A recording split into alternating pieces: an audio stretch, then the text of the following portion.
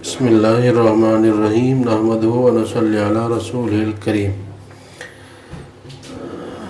یہ باب چل رہا تھا باب المباشرہ، بیوی کے پاس ملاپ کی صورتیں اور جائز ناجائز صورتیں اور احکامات ہیں۔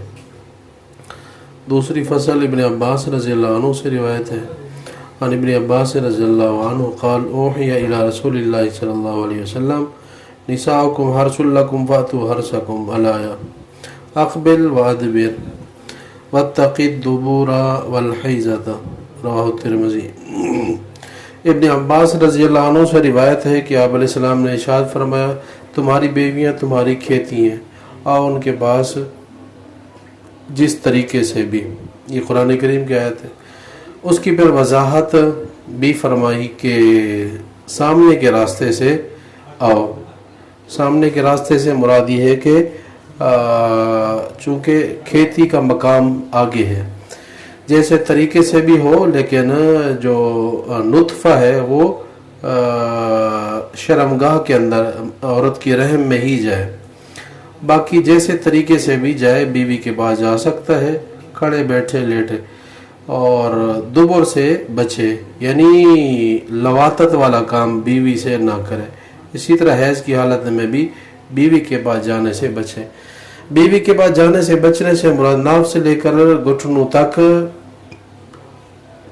تو ان جگہوں کو ننگی حالت میں جسم کا ملانا درست نہیں ہے، باقی عورت کے دیگر جسم کے حصے سے بیوی سے فائدہ اٹھا سکتا ہے۔ اسی طرح عورت شوہر سے دوسرے سارے کام کر سکتی ہے سوائے شرمگاہ کے ملاپ کے۔ اگلی روایت حضرت خزیمہ رضی اللہ عنہ سے روایت ہے کہ آپ علیہ السلام نے ارشاد فرمایا کہ اللہ تعالیٰ حق بیان کرنے سے حیا نہیں کرتا، اس لیے تم اپنی بیوی کے پاس ان کے پیشاب کے راستے کے اوپر نہ آؤ، یعنی لواطت نہ کرو جو برا کام ہے۔ جب بیوی کے پاس لواطت کرنا جائز نہیں تو مرد کا ملنا یہ تو بطریق اولا ناجائز اور حرام ہے۔ اگلی روایت بھی انہی سے آپ علیہ السلام نے ارشاد فرمایا، ان الذی یاتی امرأتہ فی دبرها لا ينظر اللہ الیہ، اللہ تعالیٰ اس بندے کو نہیں دیکھے گا، اللہ تعالیٰ اس بندے کے اوپر نگاہ شفقت نہیں فرماتا جو بندہ اپنی بیوی کو اس کی دبر کے راستے سے یعنی پخانے کے راستے سے اپنی حاجت پوری کرتا ہے، یعنی لواطت۔ اگلی روایت ابن عباس رضی اللہ عنہ سے کہ اب علیہ السلام نے ارشاد فرمایا، لا ينظر اللہ الی رجل اتى رجلا او امرأة فی الدبر، کہ اللہ تعالیٰ اس بندے کے اوپر نظر کرم نہیں کرتا، یعنی اللہ تعالیٰ اس بندے کے اوپر بہت ناراض ہوتا ہے جو بندہ کسی مرد کے پاس یا عورت کے پاس پخانے کے راستے کے اوپر ہے۔ اسما بنت یزید اگلی رضی اللہ عنہ سے روایت ہے کہ کہتی ہے، میں نے آپ علیہ السلام سے ارشاد فرمایا، اپنی اولاد کو مخفی طریقے سے قتل نہ کرو، اس لیے کہ غیل شاہ سوار کو پکڑ لیتا ہے اور گھوڑے سے یہ غیل کا مرض یا غیل کا مسئلہ شاہ سواری سے اس کو گرا دیتا ہے۔ غیل پہلے گزرا ہے کہ رضاعت کے زمانے میں یا حمل کے زمانے میں شوہر بیوی کے پاس جائے تو مخفی طریقے سے آدمی اپنی اولاد کو قتل کر بیٹھتا ہے۔ یہ پہلے گزرا، آپ علیہ السلام نے اس کی اجازت دی ہے کہ حالت حمل کی حالت میں جماع کرنا یا حالت رضاعت دودھ پلانے کے زمانے میں بیوی کے پاس جانا جائز ہے، اسلام میں اس کی کوئی ممانعت نہیں ہے۔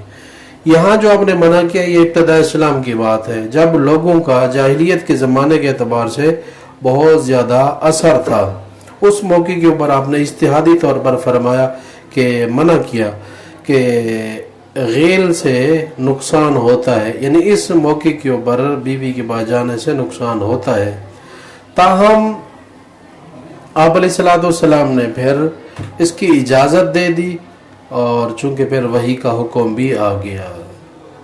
دوسرا جواب یہ بھی دیا جاتا ہے کہ آپ علیہ السلام نے جو اس سے منع کیا ہے بیوی کے پاس جانے سے اس موقع کے اوپر، اس کو مؤثر حقیقی जानते हुए कोई ये समझे कि इस तरह जाने से ये असल असर हकीकी तौर पर आता है और इससे बच्चा कत्ल हो जाता है, तो ये जाहिलियत का तरीका है। हाँ, अलबत्ता एहतियाती तौर पर अगर कोई बीवी के पास इस ज़माने में नहीं जाता, इस मौके के ऊपर नहीं जाता, तो कोई हरज की बात नहीं है, वगरना ममानियत शरई तौर पर नहीं है। फसल सानी में हज़रत उमर बिन ख़त्ताब रज़ियल्लाहु अन्हु से रिवायत है, नहा रसूलुल्लाह सल्लल्लाहु अलैहि वसल्लम अन याज़िला अनिल हुर्रत इल्ला बिइज़्निहा। आज़ाद औरत से जिमा करते वक्त, यानी अपनी बीवी से जिमा करते वक्त मर्द अपना नुत्फा बाहर फेंकने से आप अलैहिस्सलाम ने मना किया है। इसकी पहले भी वजाहत गुजर चुकी है कि अल्लाह ताला ने एक दूसरे के ज़रिए से इंसान मियाँ बीवी का मिलाप और लज्जत इसमें भी रखी है कि इस सूरत में अगर उसका मर्द का नुत्फा पानी बाहर जाएगा तो इससे मुकम्मल तौर पर औरत को इत्मीनान नहीं मिलेगा जो औरत का हक है। तो इसलिए अगर वो कहती है कि वक्फा वगैरह किया जाए या कोई और सूरत कि अभी ज़रूरत नहीं है, ऑलरेडी बच्चे ज़्यादा हैं या बच्चे की तरबियत के हवाले से कमज़ोरी मसला चल रहा है, तो इस एतबार से कोई अकली वजह हो, नुकसान वाली वजह ना हो, तो फिर औरत कह सकती है कि नुत्फे को बाहर फेंको। अगला बाब ख़ियार इत्क के बारे में है कि मियाँ बीवी अगर ग़ुलाम थे, उनकी शादी थी, अब उनमें से अगर कोई एक आज़ाद हो जाता है तो अहनाफ के नज़दीक तो बाहर सूरत औरत को इख्तियार है। अलबत्ता शवाफी कहते हैं और जमहूर के नज़दीक ये है कि अगर मियाँ बीवी के आज़ादी के मौके के ऊपर दोनों एक साथ आज़ाद हुए तब तो बिल इत्तिफाक किसी को इख्तियार नहीं है।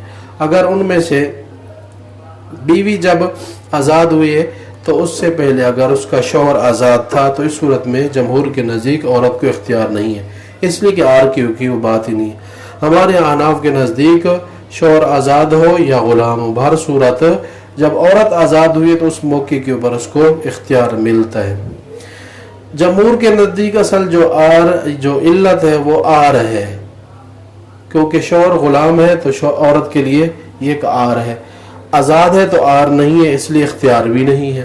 हमारे यहाँ असल ये इल्लत ये नहीं, असल इल्लत ये है कि आज़ाद औरत को 3 तलाकों का हक होता है और बांदी को 2 तलाकों का हक होता है। अब ये आज़ाद हो चुकी है तो इसके ऊपर बोझ मज़ीद ज़्यादा आ चुका है, इसको कम करने के लिए इस आज़ाद औरत को इख्तियार दिया गया है। तो ये ख़ियार इत्क में वाक़िया हज़रत बरीरा रज़ी अल्लाह ताला अन्हा का है। और असल में जो अहनाफ या जमहूर के नज़दीक इख्तलाफ आया है तो पीछे सहाबा इकराम में अक़वाल के अतबार से इख्तलाफ आ रहा है। बाज़ रिवायत में है कि वो आज़ादी के मौके के ऊपर उनका शौहर ग़ुलाम था, बाज़ रिवायत में है कि आज़ाद था, इस वजह से आगे भी इख्तलाफ आया है। बाहर सूरत इस सूरत में बीवी को इख्तियार है हमारे यहाँ अहनाफ के नज़दीक। ये 2 मियाँ बीवी का वाक़या है। हज़रत मुग़ीस ये भी ग़ुलाम थे, बाद में इनको आज़ादी मिली। हज़रत बरीरा रज़ी अल्लाह ताला अन्हा ये भी बांदी थी एक यहूदी की, और उसके बाद फिर उनको इख्तियार मुकातिबत मिली और 9 औकिया यहूदी ने शर्त लगाई कि दे दो और तुम्हें फिर आज़ादी है। इन्होंने हज़रत आयशा सिद्दीक़ा से मदद मांगी तो उन्होंने दी, लेकिन यहूदी ने शर्त रखी कि हक़ विला हमें होगा, यानी जो हक़ विला होता है अगर मसलन ग़ुलाम का कोई वारिस नहीं है और जिस बंदे ने उसको आज़ाद किया है तो फिर उसकी जायदाद का वही वारिस होता है। इस्लाम में ऐसा हुक्म है, लेकिन उसने जो शर्त यहूदी ने रखी थी गलत शर्त रखी थी, इसलिए आप अलैहिस्सलाम ने खुतबा भी दिया और मना किया कि बेचने के साथ साथ अगर कोई ये भी शर्त रखता है कि हक़ विला हमें होगा, ये शर्त बातिल है, बल्कि हक़ विलायत की जो उस हक मिलता है उस बंदे को मिलेगा कि जो बंदा उसको मर्द हो या औरत उसको आज़ाद करेगा। अस्सलाम वालेकुम।